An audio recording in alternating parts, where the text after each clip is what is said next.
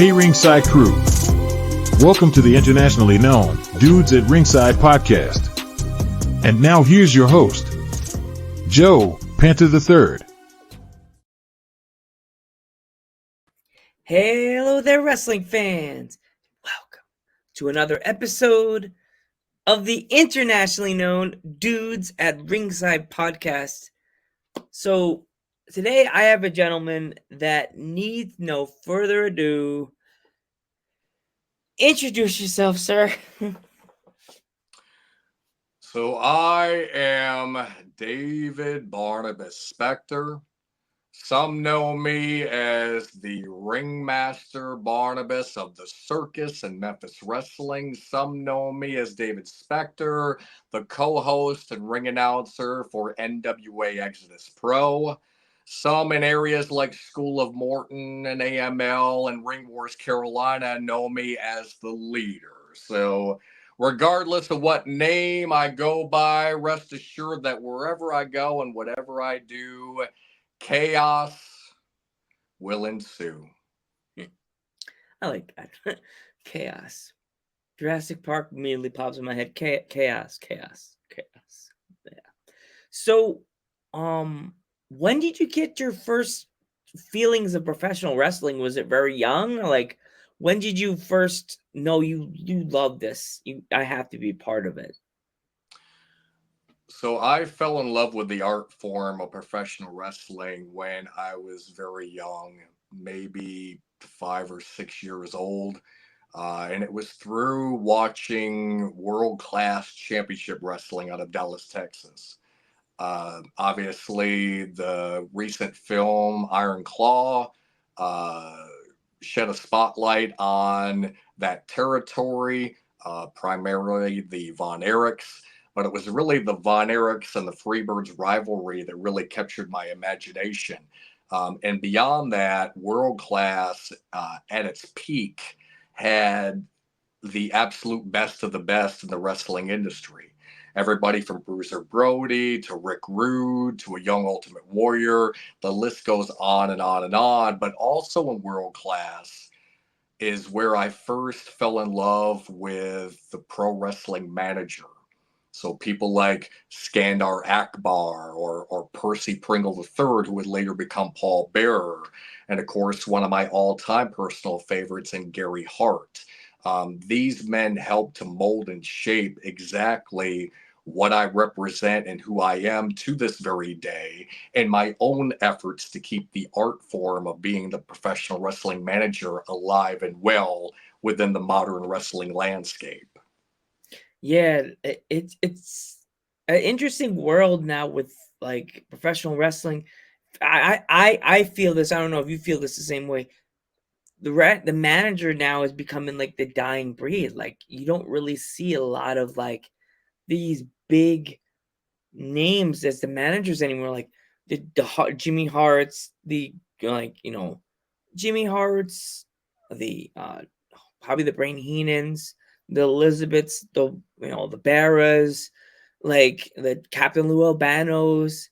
Oh my gosh, there's names on and on and on. There's so many names that have like been like the so in your case, who would be on your Mount Rushmore of like the all-time great managers? Oh, if it was a Mount Rushmore, certainly Bobby Heenan. Um, no matter what anyone says, like different individuals can be debated. To me, there's only one number one, and that's Bobby the Brain Heenan, simply because he could do it all. He could work, he could bump, he could talk. He was an absolute heat magnet. They could literally put anybody with Bobby Heenan and they automatically are over as a heel and they're automatically a legitimate threat to whoever they're facing across the other side of the ring. So Bobby Heenan would definitely be one. Jimmy Hart, without question. Um, Being that I'm a part of the modern day version of Memphis wrestling, Jimmy Hart, especially his time in Memphis, there's a a place in my heart specifically for Jimmy in that territory. Most everyone remembers Jimmy, of course, from the WWF and later WCW. And those were amazing runs, don't get me wrong. But if you really want to see Jimmy Hart at his best, you really have to go back and look at the Memphis time, because the Jimmy Hart's first family versus Jerry Lawler was what set that territory on fire. And a lot of people will point at Jerry Lawler and Andy Kaufman, but even Jimmy Hart was a huge part of that in helping to cultivate that rivalry. He absolutely worked directly with Andy to facilitate that entire process. If you go back and watch a lot of that footage, it wasn't just Lawler versus Kaufman, it was Lawler versus Kaufman and Jimmy Hart. So Jimmy also had a huge hand in having a major influence on many managers to come. People like Paul Ellering, Sherry Martel, who's a very extremely underrated wrestling manager and overall performer. And another individual that I will also put on the Mount Rushmore, which is, of course, Jim Cornette. I think a lot of times people forget how good Jimmy was as a manager, because obviously he's become a rather polarizing, controversial character over the last several years, and which goes to show that he still to this very day is a masterful worker, a master craftsman, to say the very least, an incredible mind for the wrestling business. But just solely as a manager, especially Jim Cornette and the Midnight Express, you can't. There's very few tandems in the wrestling business in the course of the history of the business that truly stick out as a truly unique, one of a kind act. And Jim Cornette and the Midnights, regardless if it was the original Midnights with Bobby Eaton and Dennis Condrey, or later with Bobby Eaton and Stan Lane, the core of that, whatever incarnation of the Midnights with Jim Cornette, was, arguably one of the greatest tag teams ever in the history of the business. The Midnights versus Rock and Roll Express, easily some of the greatest tag team matches in the history of the business. So we've got Bobby Heenan, we've got Jimmy Hart, we've got Jim Cornette, and of course the fourth individual, because again, like, his work is undeniable, and that's Paul Heyman. Paulie Dangerously, long before ECW, was an amazing managerial mind with the Dangerous Alliance, or even in the years prior, times in the AWA, times in Continental with Eddie Gilbert. He already, at times in Memphis, he absolutely had built a solid resume before ever going the route of ECW. And then, of course, over the years, his work with Brock Lesnar and CM Punk, and of course, most recently with the Bloodline. He absolutely was a major part of the revitalization of Roman Reigns' career. Oh my God, Completely yeah. redirecting that individual's career to the point where now Roman Reigns, the fans are literally cheering, wanting him back. Where, just think about, not that many years ago, they couldn't stand him. And a big part of that, not to discredit his own work, because Roman has definitely put a generous amount of work into rebuilding himself, but there's no question that Paul Heyman has had a major hand in the hottest angle and storyline in WWE in several years, is the whole Bloodline situation. And who's right at the center of that? My fourth man on my Mount Rushmore professional wrestling managers, Paulie Dangerously, aka Paul Heyman. Like, this whole thing right now with, like, the Bloodline, do you think, with Paul, like, backing up a little bit, do you think it's a setup to bring back Roman to, like, add to that storyline with the Bloodline? Well, we can fantasy book this all day long, twice on Sunday. So, I'm looking forward to seeing what they do. WWE has long been the industry standard. So I try to keep track of what everyone's doing in the wrestling industry, because I feel that's part of my job. Part of my business is to know exactly what the industry as a whole is producing, trying to keep my finger on the pulse of what the fans are responding to. But because this angle has been continuously building and changing and evolving and adapting and continues on now. It's been a number of years now that the bloodline has been in existence. And, this very much looks like we're going to have some kind of a bloodline civil war where we're going to have two different factions of the bloodline. So it's pretty interesting. Like, will we see Roman come back cheered as a babyface? That's a role that we haven't seen him in quite some time. Yep.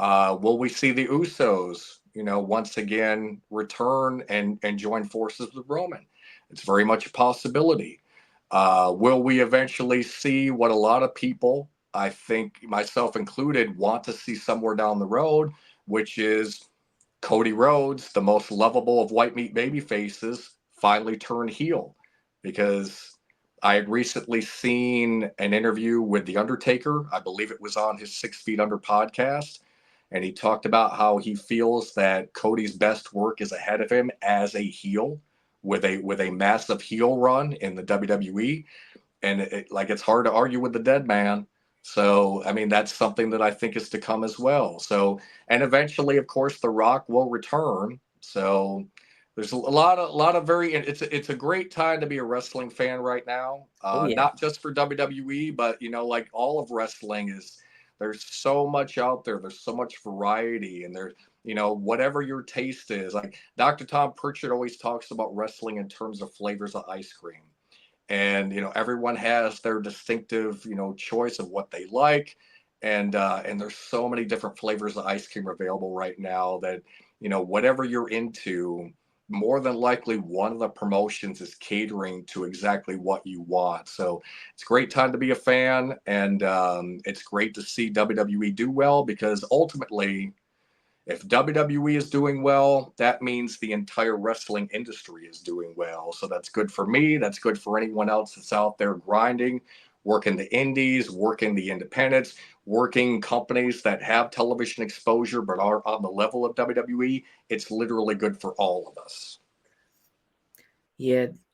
Speaking of the bloodline, it's so sad, but Sika is like sad passing. Do you have any memories of Sika? And if you do, let's go. Like, what's some of your memories of his career? Well, I mean, so Afa and Sika, the Wild Samoans, definitely stand out as, one of the dominant tag teams in professional wrestling, especially in the early 80s in the WWF, managed by Captain Lou Albano. So, I mean, just absolute wrecking machine. I believe, if I remember correctly, they were both in the feature-length film Body Slam. If you've ever seen that, it stars Roddy Piper and Dirk Benedict, who played Face Man on the A-Team. That's a rare gem for you if you haven't watched that. I believe that the Samoans are in that particular film. Sika, I have never met personally. Afa, I have. Once upon a time, I was in radio broadcasting, and when I'm originally from upstate New York, so I worked for the Clear Channel cluster of radio stations. And at one point, the Pro Wrestling Hall of Fame, it actually has relocated there recently, but the original Pro Wrestling Hall of Fame, started by Tony Villamo, I believe his name was, in Amsterdam, New York. Afa did appearances to promote the original Pro Wrestling Hall of Fame, so I did some radio interviews with him. Absolute gentleman, huge, monstrous man, but an absolute sweetheart. So there's no denying the impact that the Samoan dynasty has had on the professional wrestling industry, and that Samoan dynasty, that lineage, all the branches of that tree kind of sprout off from Afa and Sika, the Wild Samoans, because everybody to come after it, whether it be the Samoan SWAT team or Yokozuna or Umaga, Rosie, who since I'm currently located in the Cincinnati, Ohio area, Rosie was a local resident here, kind of set roots here from his time working for the HWA. Rosie, by the way, being Roman Reigns' brother. And he's someone that I had met and talked to a number of times. Had met he and his family. Another like just this monstrously giant man with an absolute heart of gold.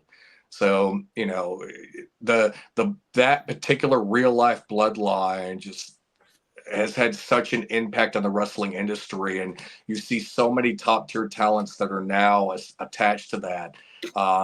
Obviously, most recently, Jacob Fatu finally making his WWE debut, and anyone that's followed professional wrestling, if follow PCW Ultra in California, Joseph Samael, aka the Sheik, has known how good Jacob Fatu has been for years, working with him in Contra in MLW. And a lot of folks, like including Booker T, have really pinpointed Jacob Fatu as being just a future absolute superstar. So he coming to WWE, like that's exciting. The Gorillas of Destiny now being a part of WWE, is Tama Tonga and Tonga. What's his name? Tangaloa? Yeah, so his brother Tongaloa. So they both are just an extraordinary tag team, and I absolutely look forward to seeing them. And I assume that this is the direction they're going, is Gorillas of Destiny versus the Usos. So and of course you throw the Rock in, and yeah, the Samoan dynasty all goes back to Afa and Sika, and losing Sika is.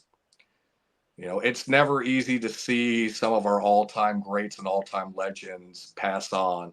Um, Yeah. but his memory and his legacy will stay with us for decades, if not centuries to come. Yeah, I actually if so in the intro, I actually got a chance to meet Alpha Jr. like in New Jersey at ISPW. One of the nicest people you'll ever. I did a short little interview with him at the show. It's on I think it's on the Instagram page, and I think it's also on YouTube. But Okay. one of the nicest people I've ever met, like so humble, sweet, and he really didn't want to talk until my dad, Papa Panther, explained him about my family lineage. My grandfather was a wrestler in the 50s and Nice. 60s. Very nice. He wrestled under Vince's dad and stuff like that. So That's awesome. it kind of calmed him down a little bit. It was like a shot of whiskey. It was like a shot of like Puerto Rican rum. It's like it's the dark stuff. Try it. Well, I mean, for those in the business, when you know that you're dealing with somebody that has ties to the business, then that becomes a very different conversation, because there's an understanding and a trust and a brother and sisterhood for those that are connected to the wrestling business. There's certainly a love affair with the fans. There's no question about it. But when you know that you are talking with someone, communicating with someone that has direct ties to the business, it's a different conversation, because that individual has most likely lived a different life, and they've experienced unique, they've paid their dues. Let's put it that way. Yeah, like with me being like the grandson of a wrestler, it's like I knew, like at 9 years old, I was like, I'm never gonna be able to jump in the ring and fly around because I'm not too big. But my able to speak to people and get a good interview down. Mm-hmm. I've talked to people like just straight up like this at shows, and they're like, "Do you?" Before I did a podcast, they're like, "Do you do a show or something like that?" And I'm like, "No, you're just good at getting conversations going, and it's like natural." Like That's good. I so, mean, that's like that is an absolute gift. Being able to talk with someone to make them feel comfortable, getting them to open up and share unique stories from the business and from the road, like that's a gift in and of itself. And being able to share those here on the podcast means that it's not just you enjoying them, but now your entire listener base is able to enjoy those stories. So that's an absolute gift, my friend. Being able to communicate, effective communication, is an absolute gift, and I absolutely encourage you to utilize that gift to its fullest. yeah. I learned from the best. As a kid, I would listen to like Elvis Duran on Z1 Hunting in the Z Morning Zoo, Mm-hmm. and just the way you could hear, you couldn't see the interviews because it was on radio, of course. and there was no videos in the studio in the 90s.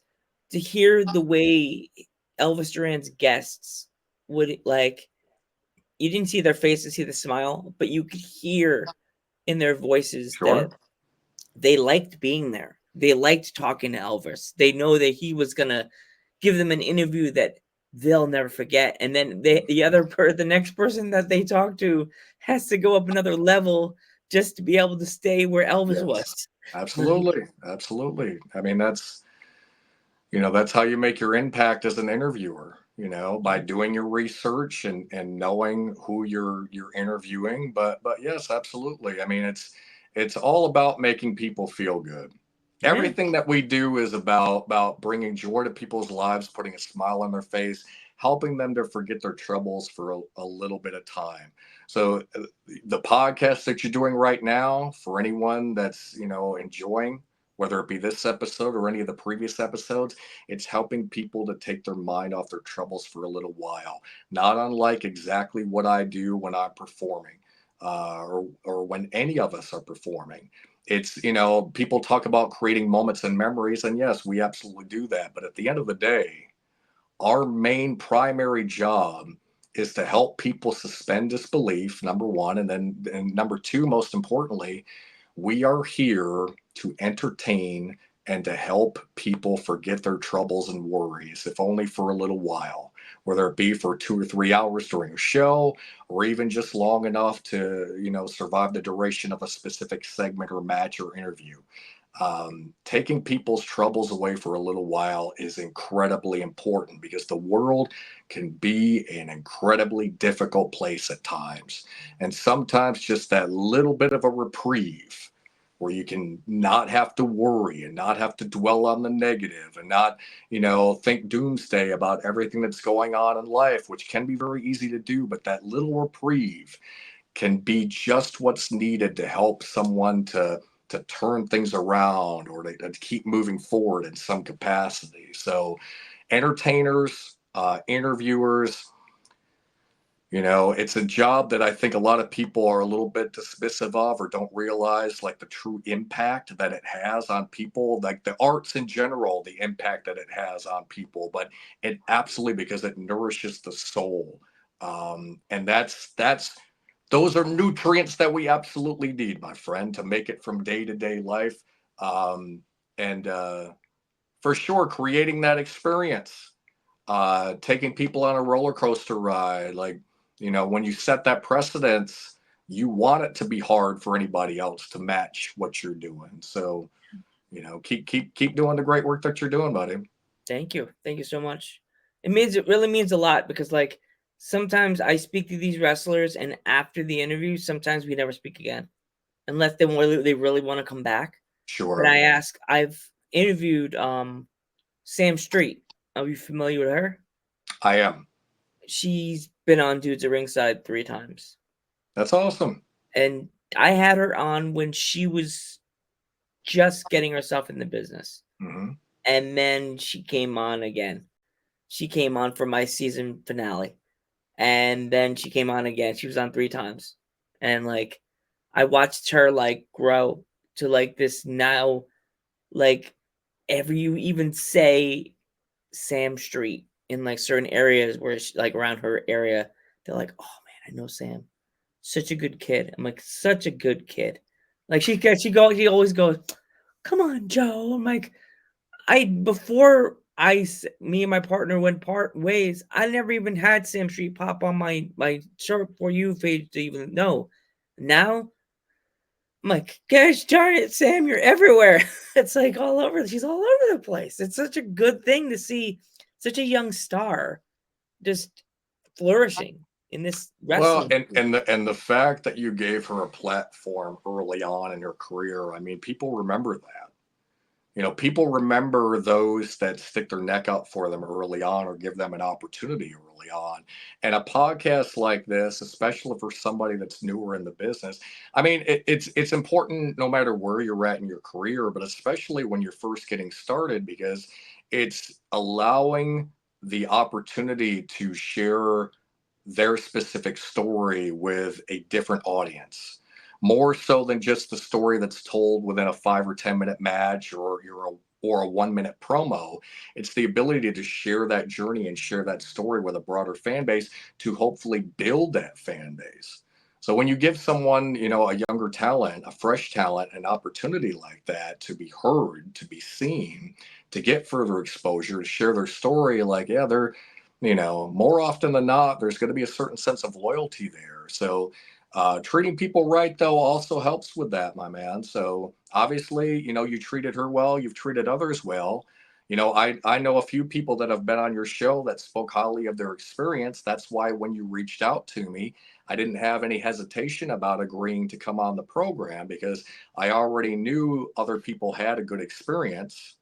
So that just further made me want to give this a try. And so far, we're doing okay. Yeah. So is there any like those, those big hog molly wrestlers, male and female, that are in the business that like everybody is afraid to work with? They're scary, the big mean monsters of the wrestling world that are in the indie scene. That, Okay. have you been scouting them? Anybody that you've never worked with before? Oh, that's an interesting question. Um, I mean, I'm always trying to keep an eye out for talent on who I potentially could have access to and who I could work with. I mean, I look at the bigger companies and I kind of, take a look at their rosters and I envision, okay, if I was to go to this company, who would I work with? So I have certain people in mind. When it comes to the independents, it's, I can look at someone from a distance and they can look intriguing to me. But until I've actually had time to sit with them or talk with them, to spend time around them, it's hard for me to really accurately gauge, is this someone that I want to work with? Is this someone that I think that I can help to cultivate their skill, to mentor them, to nurture their abilities? Um, I know you're looking for specific names, but I don't necessarily have a specific name. I'm kind of just sharing with you my overall thought process on how I operate. Because Okay. a big part of my process is a talent, even if a talent outwardly looks like someone that I think I could draw money with, until I have time to actually talk with them, to be around them, to spend some training time with, to do a photo shoot or a video shoot with, until I'm able to do that and really get a feel for who they are as a human being and as a performer, it's until we go through that process, it's really a situation where I don't know if they're going to be the correct fit for what I do. Because a lot of individuals in wrestling, and justifiably so, it's a business of individuality. It's also a business that breeds paranoia. And, we all are ego driven. Even the kindest hearted individuals in wrestling, like, we do this because we have a certain self-confidence about us that allows us to be able to go out there and perform, and motivates and inspires us to want to continue to reach for, that brass ring, to want even more from the business. But with saying that, not every talent is coachable. Not every talent wants to work with a manager. Not every talent is willing to a certain degree, share the spotlight with another individual. But for those that are open to the idea, I bring a number of years of expertise in my promo, in my ability to promote and act, in my ability to elevate a talent. Um, because I'm not just a performing manager. I'm a part of everything. I'm a part of creative. I'm a part of um, structuring matches, structuring promos, um, creating the imaging for how we're going to move forward with promoting the act. Um, a lot of the variety of factions that I have started and operated and been the leader of over the years, they have all been creations from this very mind. Um, Working with individuals that were willing to listen and learn and work with me, and vice versa. When I work with individuals that are seasoned veterans and are smart to the business, I'm more than happy to take their criticism, their feedback, their advice and expertise, and incorporate it into what I'm doing. You know, the ultimate and manager client relationship is you have a symbiotic relationship. It's not just one person always steering the ship. Both individuals have, you know, nearly an equal say in regards to how they operate, and both help one another. Like one of the greatest manager client acts that I can think of where the two individuals were very much on the same level was Bobby Heenan and Nick Bockwinkel. Mm. Two individuals that were highly intelligent, great promos, master craftsmen in their fields. Nick in ring, Bobby really everything, but they worked so well together. And it wasn't necessarily one dominating over the other. They both equally contributed to that specific act, making that run. I know Ray Stevens was kind of part of that clique at that point as well, but primarily it was Bockwinkel Stevens that stands out as really being truly the exception to the rule, where you had two gentlemen, the manager and the client, that both could equally talk as well as the other. Another one would be the Grand Wizard and Superstar Billy Graham. Oh A yeah. very unlikely pairing, and at first Billy Graham was resistant to work with the Grand Wizard, but Vince Sr. knew that pairing the two of them together would only enhance the heat that Billy would get. And once Billy stopped resisting it and started to work with the Grand Wizard, and they figured out ways to coexist and work with one another, you know, it was the whole thing was that the Grand Wizard wasn't overshadowing Billy Graham; he was complementing him. He was you know, helping to prop him up and propel him. Like Billy was an amazingly charismatic performer, one of the absolute greatest of all time. An absolute trendsetter when it comes to pro wrestling, when it comes to the larger than life personalities. But the Wizard, like, he just added that little something extra, and the two of them worked together so well. But it had to be a situation where they both had to be on the same page. And there's been times over the years where I've gotten with a specific client, and maybe at first, if it was a client that a specific promoter had paired with me, maybe at first they didn't want to work with me. There's been times where I've worked with people that didn't want to work with me at all, and it happens. And it's sad because I know that if they had been willing to bend just a little bit, we could have created absolute magic. But you can't force a performer to work with a manager. There has to be a mutual willingness to be able to coexist. But the times where I've worked with individuals that maybe initially were resistant, and then over time I gained their trust, and then we started to build a rapport, and then things really got good. Like, that's, as a manager, that is incredibly satisfying when you can take someone and you can completely turn them around in regards to how they're looking at you and thinking of you. And now you're working together as one, and the act is just that much more impressive. So I don't know if that really answers your question, my Oh, friend, you but that's some it, insight for you. it didn't get it, but you know what? I did. I don't care. It sounded awesome. It sounded awesome when you said it. I was like, man, you said it, and it sounded really good. um, if you have any upcoming shows that you want to like promote, so like if fans, if they're in the area where you're located, they could go over and try to buy some tickets to a show, like stuff like that. Sure. So I'm hoping that I have the dates correct. So Sunday, July 12th, I believe is the date. The next round of TV tapings for Memphis Wrestling. Memphis is, it has become my personal wrestling home. And in being a fan of the territory for years and years and years, to be a part of the current incarnation.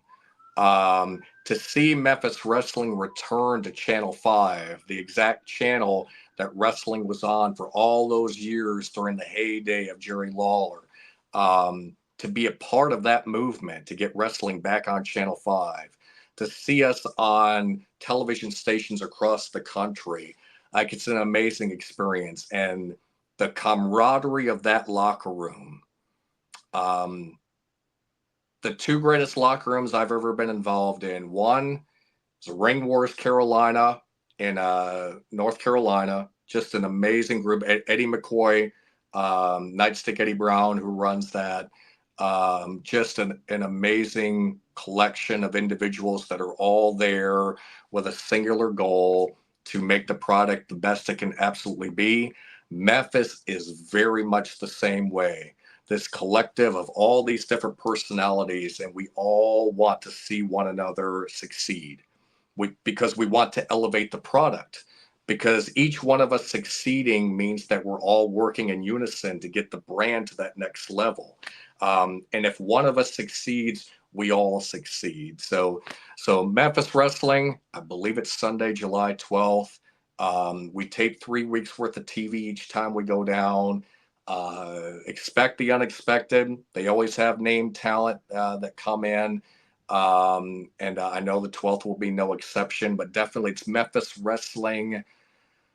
MemphisWrestling.tv, I believe, is the website where you can go to find out further info and to get tickets.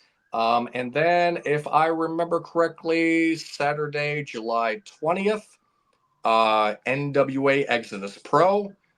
Exodus Pro is one of the territory systems of the National Wrestling Alliance, actually the first announced territory of the National Wrestling Alliance. It's a promotion that is spearheaded by NWA World Champion EC3. ExoProWrestling.com is the website. There I am the co-host alongside the lovely and talented Miss Amanda Casey. And I also do ring announcing duties there, a little bit of a departure from my norm. But it is an amazing crew of individuals. Some of the fastest rising talents in the wrestling industry are at Exodus Pro in Cleveland, Ohio. And then again, if I've got the dates correct, I believe it is July 26th and July 27th. School of Morton in Chuckey, Tennessee, the first ever rock and roll tag team tournament. 2 days, 16 teams, all vying for the coveted spot of being the first to win that tag team tournament. I will be representing a brand new team that I have entitled The Void.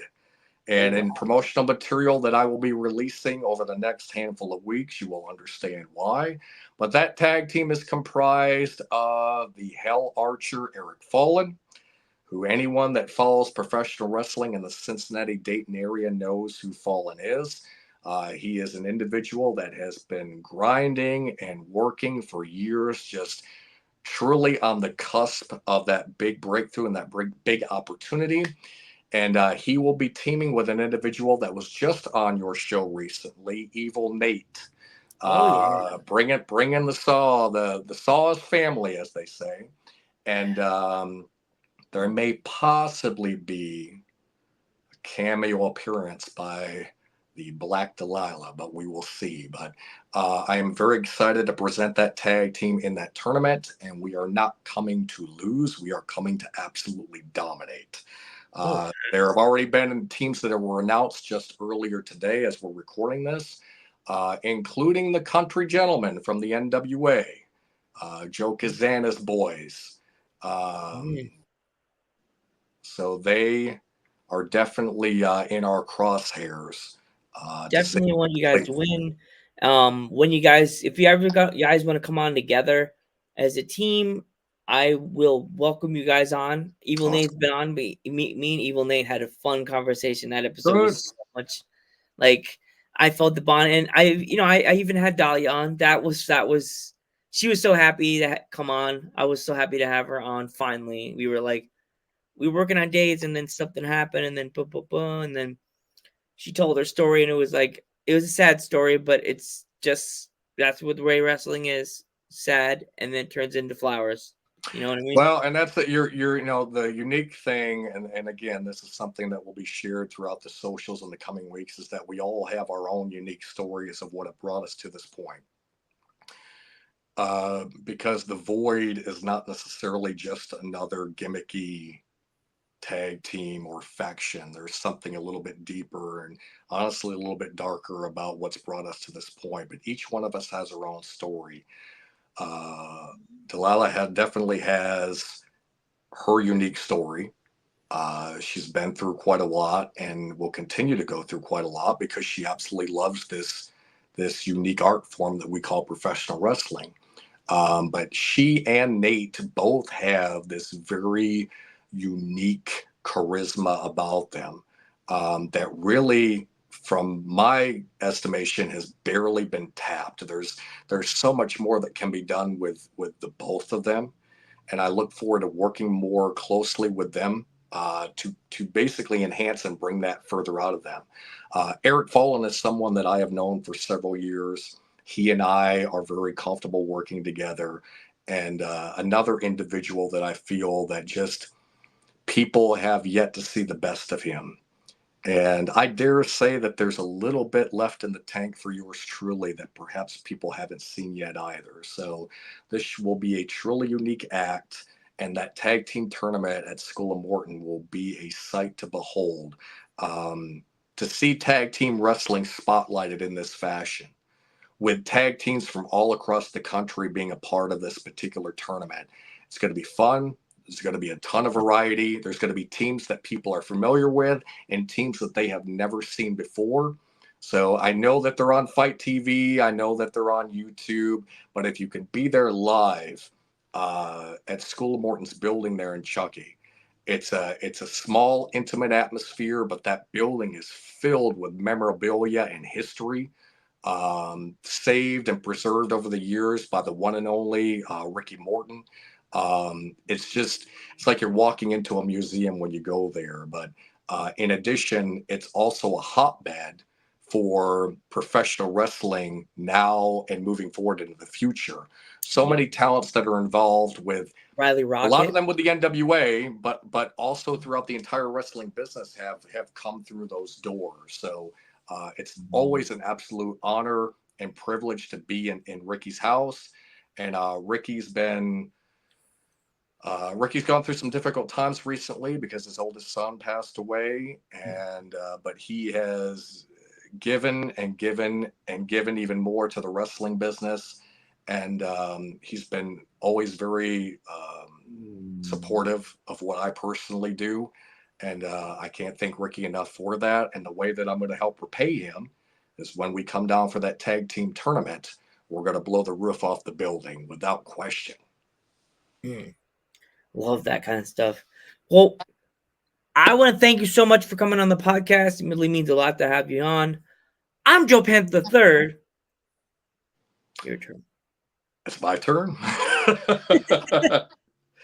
I am the undeniable leader in professional wrestling, the one and only number one managerial mind in the independents here or anywhere on the entire freaking planet. I am David Barnabas Spector, a.k.a. Barnabas the Ringmaster from the circus, from Memphis Wrestling, from NWA Exodus Pro, and everywhere in between, including School of Morton. Thank you all for checking out tonight's podcast. And please, where you at? You are. Am I pointing the right way? No, I'm not. Let's try that. You're right there. Follow this guy. Check out his programming. Some great podcasts already available and a lot more to come. And we will catch you in the next one.